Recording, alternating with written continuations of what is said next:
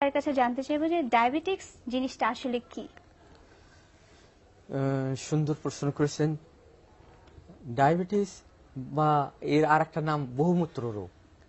এটা মানুষের বিপাকজনিত হরমোন জাতীয় রোগ।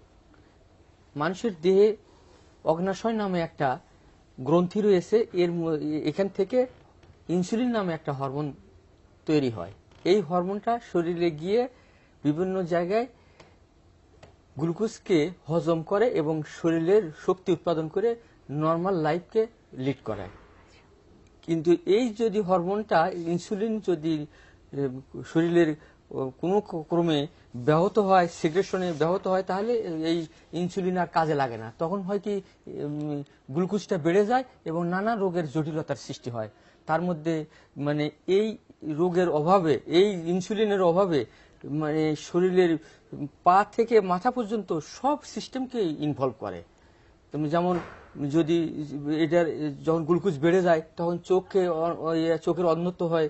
যখন ব্লাড সুগার বেড়ে যায় তখন হার্টের ভিতরে কোলেস্টেরল জমে হার্টকে অ্যাটাক করে, ব্রেন স্ট্রোক করে, কিডনি নষ্ট করে এবং হাড়ের বিভিন্ন ধরনের ভাইটাল অর্গানগুলোকে বেশি এফেক্ট হয়ে যায়। আচ্ছা, শফিউল্লাহ স্যার, আপনার কাছে এবারে জানতে চাইবো যে ডায়াবেটিক্সের প্রধান লক্ষণসমূহ কি হতে পারে?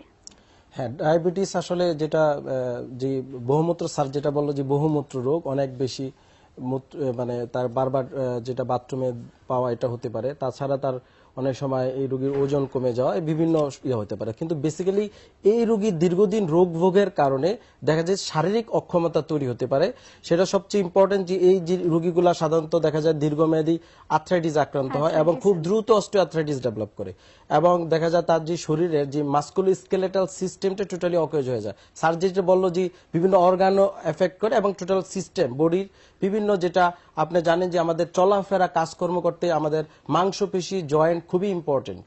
তো এই সিস্টেম যদি অ্যাটাক করে তখন দেখা যায় মাসেলের শক্তি কমে আসে, মাসেলের পাওয়ার কমে আসবে, যেটাকে আমরা মেডিকেল টার্মে মাসল ওয়েস্টিং নামেও বলতে পারি। হ্যাঁ, এক পর্যায়ে যেটা ওয়েস্টিং বা শুকিয়ে যায় এরকম হতে পারে। আর সবচেয়ে যেটা ইম্পর্টেন্ট আছে ডায়াবেটিক্স জনিত দীর্ঘদিন ডায়াবেটিক নিউরোপ্যাথি হতে পারে, যে নার্ভাস সিস্টেমটা অকেজ হয়ে গিয়ে ডায়াবেটিস রোগীর শারীরিকভাবে বিভিন্ন চলাফেরার সমস্যা, যেমন রোগীর কমপ্লেন যে সে কিছু ধরতে গেলে হাত থেকে পড়ে যেতে পারে, অথবা সে কি আগুনে ধরলো না ঠান্ডায় ধরলো সে বুঝতে পারে না, পারসেপশন কমে যায়, রোগী হাঁটতে সমস্যা হয়। হ্যাঁ, এবং এই রোগে ভোগের কারণে যেমন বিভিন্ন আর্থ্রাইটিস, আমি যেটা বললাম যে হাঁটু ব্যথা হতে পারে, ঘাড় ব্যথা হতে পারে, কোমর ব্যথা হতে পারে, আস্তে আস্তে আস্তে এক প্রকার